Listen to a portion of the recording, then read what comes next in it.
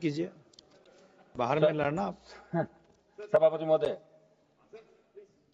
सदन में आज एयरक्राफ्ट ऑब्जेक्ट्स में हितों का संरक्षण विधेयक 2025 जो लेके उसमें चर्चा हो रही है। मैं आपको धन्यवाद दूंगा सभापति जी। ये विधेयक अंतर्राष्ट्रीय समझौतों को कानूनी प्रभाव देने का प्रयास करता है, जिसमें पहला मोबाइल उपकरणों में अंतर्राष्ट्रीय हितों पर कन्वेंशन और दूसरा एयरक्राफ्ट उपकरणों से संबंधित मामलों पर मोबाइल उपकरणों में अंतर्राष्ट्रीय हितों पर कन्वेंशन का प्रोटोकॉल। इस विधेयक को जब पढ़ा, इसके अनुसार विधेयक का मकसद एयरलाइन कंपनियों की लीजिंग लागत को कम करना और विमान पट्टेदारों का अधिकारों की रक्षा करना।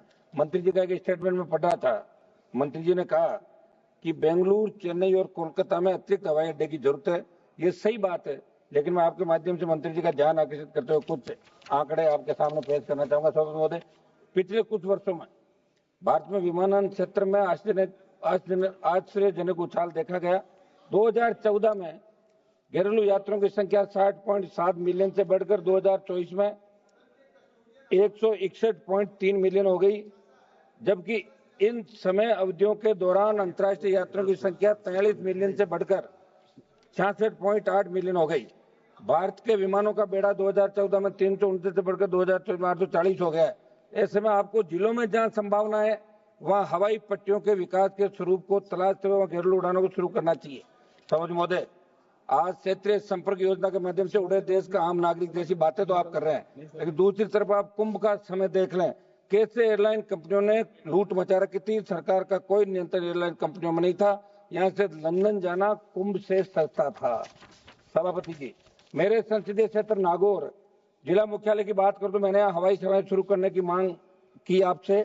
उससे पहले भी मैंने करी, वडील मंत्री जो थे 6 फरवरी 2025 को इसी सदन में आपने कहा कि 5 दौर की बोली लगने के बावजूद किसी भी एयरलाइन कंपनी ने नागौर में RCS उड़ान प्रचलन का प्रस्ताव प्रस्तुत नहीं किया। मंत्री जी, नागौर के सार्वजनिक निर्माण विभाग ने पूरी वस्तुस्थिति नागरिक उड्डयन विभाग राजस्थान सरकार को पूरी रिपोर्ट भेज चुका है। मेरी मांग है कि यहाँ व्याप्त कमियों को दूर करते हुए और आवश्यकताओं की पूर्ति करते हुए नागौर में हवाई सेवाएं शुरू की जाए। मेरे लोकसभा क्षेत्र का ही दूसरा जो जिला बना है डीडवाना कुचामन, डीडवाना के अंदर भी नई हवाई पट्टी का आप विकसित करें, विस्तार कराएं। पारदर्शिता की कमी। सभापति जी, ये विधेयक एयरलाइन और लीज पर पट्टा देने वाली कंपनियों के लिए सुरक्षा बढ़ाने की बात तो करता है, लेकिन सरकार ने ये स्पष्ट नहीं किया कि सुरक्षा किस स्तर पर लागू होगी। क्या ये केवल कॉर्पोरेट कंपनियों के लिए लाभकारी होगा या आम नागरिकों की हवाई यात्रा से जुड़ी समस्याओं को हल करेगा? आप जब जवाब दें तो मंत्री जी इस बात का भी ध्यान रखें। घरेलू उद्योगों की अनदेखी। भारत सरकार इस विधेयक के माध्यम से विदेशी कंपनियों के हितों को प्राथमिकता दे रही है। यह विधेयक घरेलू विमानन उद्योग और भारत में निर्मित विमान उपकरणों को बढ़ावा देने के बजाय विदेशी समझौतों के अनुपालना में अधिक रुचि दिखा रहा है। जबकि एयर इंडिया की स्थिति देखो, आपने एयर इंडिया को बेच दिया, फिर भी हालत नहीं सुधरे। हमारे कृषि मंत्री जी, जब तक ये विधेयक पारित ना हो जाए, हमारे कृषि मंत्री जी सुना, हमारे देश के कृषि मंत्री जी शिवराज सिंह जी को टूटी हुई शीट मिली। एक मिनट, कृषि मंत्री जी को जब टूटी हुई शीट मिली, टूटी हुई शीट प्लेन के अंदर दी, उनका ट्वीट भी किया, उस पर कार्रवाई आप निश्चित रूप से करी होगी और कड़ी कार्रवाई करें। हम तो चाहते हैं कि आप सांसदों का भी पूरा ध्यान रखें प्रोटोकॉल का। हर जगह जैसे राजस्थान विमान कंपनियां जिस तरह का बिहेवियर करती है वहां पे। हनुमान बेनीवाल जी, अपने क्षेत्र की बात राजस्थान वही कर रहा हूँ सर, प्लीज है ना। अब तो आप आगे 1.5 मिनट एक्स्ट्रा दे देना साहब, ये तो हम ही पूरा करके बैठे, देख लिया आप। क्या आत्मनिर्भर भारत अभियान के खिलाफ है ये बिल? मैं मंत्री जी जानना चाहता हूँ कि सरकार मेक इन इंडिया की बात तो करती है, लेकिन विधेयक भारतीय कंपनियों को विदेशी लीजिंग कंपनियों पर अधिक निर्भर बना देगा। क्या सरकार ने भारतीय विमान निर्माण उद्योग को मजबूत करने के लिए कोई योजना बनाई है? आज आप अंतर्राष्ट्रीय संधियों को लागू करने को बिल को ला रहे हैं, लेकिन मैं पूछना चाहता हूँ क्या ऐसे विधेयक के आने के बाद भारतीय कानून और न्यायपालिका का महत्व कम होगा या नहीं? आप मंत्री जवाब के अंदर जरूर बताएं। मंत्री जी, यदि एयरलाइन पर वित्तीय दबाव बढ़ेगा तो वे टिकट की कीमतें बढ़ा सकती है और सरकार ने इस संभावित प्रभाव का कोई अध्ययन किए बिना बिल सरकार लेके आई। मंत्री जी, मैं कहना चाहूंगा क्या विदेशी कंपनियों के हितों के संरक्षण के लिए बिल ला रहे हैं?